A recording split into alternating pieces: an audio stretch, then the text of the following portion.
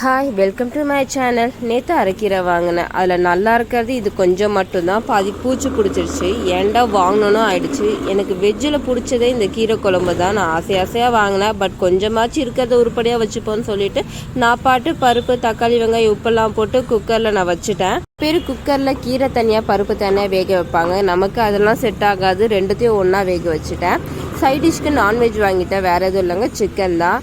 வெங்காயத்தில் இருக்கிறதுல பெரிய தொல்லை இந்த தோல் உரிக்கிறது தான். நம்ம அவசரத்துக்கு வரவே வராது. தாளிப்புக்கு தேவையானதெல்லாம் நான் தனியாக எடுத்து வச்சுட்டேன். சைடில் அரிசி ஊற வச்சுட்டேன். அதுக்கு உப்புலாம் போட்டு குக்கரில் நான் சைட் பை சைடில் நான் வேக வச்சுட்டேன்.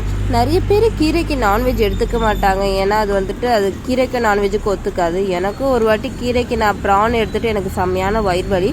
பட் என் உடம்புக்கு சிக்கன் எடுத்துக்கிட்டால் ஒத்துக்கும். ஸோ அதனால செஞ்சேன். நிறைய பேருக்கு ஒத்துக்கலைன்னா செய்யாதீங்க. எங்கள் வீட்டில் எல்லா பாத்திரமும் பெருசாக தான் இருக்கும். எனக்கு அப்படியே பழகிருச்சு. கீரையில் எக்ஸ்ட்ரா தண்ணி அதிகமாக ஊற்றிட்டேன் போல். அதனால கொஞ்சமாக அதுக்கு மட்டும் எடுத்து வச்சுட்டு சைடில் சிக்கனுக்கு தேவையான மசாலா, தக்காளி, வெங்காயம் எல்லாமே போட்டு பெரட்ட ஆரம்பிச்சிட்டேன். ஆசையாக பண்ண கீரையை சொதப்பிட்டோமோன்னு பயந்துகிட்டே இருந்தேன். பட் பரவாயில்ல, ஃபைனலாக அது ரொம்ப நல்லா வந்துருச்சு. சுட சுட சாப்பிடும் போது வயிறு ரொம்ப நிறையுங்க. ஏன்னா நிறைய டைம் பார்த்தீங்கன்னா எங்கள் வீட்டில் ஆஃபீஸில் சீக்கிரமாக காலையில் கிளம்பிடுவாங்கன்னு சொல்லிட்டு நான் காலையிலே சமைச்சிடுவேன். சாயங்காலம் டைமில் பார்க்கும்போது அது சாப்பாடு ஆறி இருக்கும். எனக்கு சாப்பிட்ற ஆசையே போயிடும். இந்த ஞாயிற்றுக்கிழமை டைம் தான் ஹஸ்பண்டோட சூடாக சாப்பிட முடியும்னு சொல்லிட்டு அழகாக நான்வெஜ்லாம் சிக்கனை நல்லா கிரேவியாக பண்ணிட்டேன். நெக்ஸ்ட் வீக்லேருந்து வெஜ்ஜுன்னு சொல்லிட்டு எங்கள் ஹஸ்பண்ட் ஸ்ட்ரிக்டாக சொல்லிட்டாரு. ஒரு வழியாக இப்போ சாப்பிட்றத திருப்தியாக நல்லா சாப்பிட்டுக்கலான்னு சொல்லிட்டு நான் பாட்டு அழகாக குழம்பெல்லாம் நிறைய ஊற்றி நான் பாட்டு சாப்பிட்டுக்கிட்டேன். ஈவினிங் வெளியே போகலான்னு சொல்லியிருந்தோம். எங்கே போகலான்னு பிளான் பண்ணும்போது நம்ம பக்கத்தில் மால் தான் இருக்குது, ப்ரோசன் மால் தான் இருக்குது. நம்ம மோஸ்ட்டாக அடிக்கடி நாங்கள்லாம் போக மாட்டோம்.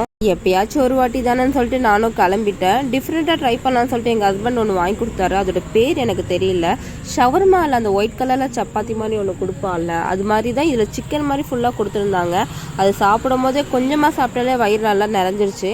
என் பையனுக்கு ஃப்ரெஞ்ச் ஃப்ரைஸும் அண்டு சிப்ஸ் மாதிரி ஏதோ ஒன்று இருந்தது. அதோட பேரும் எனக்கு தெரியல. பட் எல்லாமே நல்லா இருந்துச்சு. போகிற வழியில் ஒரே தூரலாக போட்டுகிட்டே இருந்துச்சு. இந்த நைட் டைமில் ரொம்ப நல்லா இருந்துச்சு அதோட கிளைமேட்.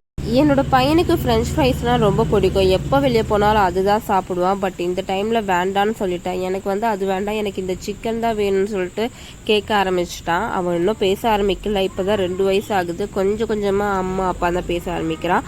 அவனுக்கு இந்த சிக்கனை கொஞ்சம் கொஞ்சமாக பிச்சு கொடுத்துட்டு நான் தான் கடைசியில் அந்த ஃப்ரெஞ்ச் ஃப்ரைஸே சாப்பிட்டேனே.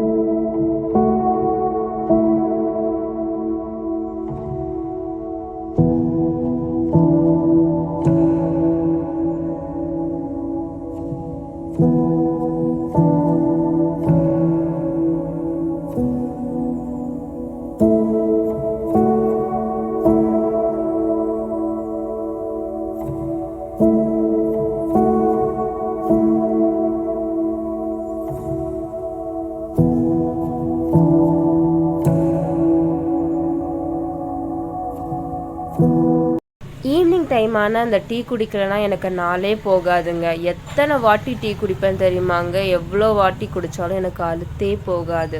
பால், டீ தூள், சுகர் தான். ஆனால் அதில் என்ன மாயம் இருக்குதுன்னு தெரியல. எனக்கு அது மேலே அவ்வளோ ஒரு காதல். டாக்டர் டீயே குடிக்காதீங்கன்னு சொல்லிட்டாலும் இருந்தாலும் என்னால் கண்ட்ரோல்டே பண்ண முடியல. அந்த நுர தள்ளுற டீயை குடிக்காமல் எப்படி இருக்க முடியும்? ஃபஸ்ட்டு எங்கள் ஹஸ்பண்டுக்கு கொடுத்துட்டு நான் குடிக்க ஆரம்பிச்சிட்டேன். டீயே குடிக்கக்கூடாதுன்னு மைண்ட் செட் வந்தாலும் என்னமோ தெரில, அந்த டீயை பார்த்தாலோ இல்லை நினச்சாலோ எனக்கு அது ஆசை வந்துருச்சு. ஹேர் கேர் ரொட்டீன் பண்ணலான்னு சொல்லிட்டு எப்பயுமே பிஃபோர் மேரேஜில் நான் ஹேர் மேலே ரொம்ப கான்சன்ட்ரேட் பண்ணுவேன். ஆஃப்டர் மேரேஜ் அந்த ஹேரை டீலில் விட்டேன்.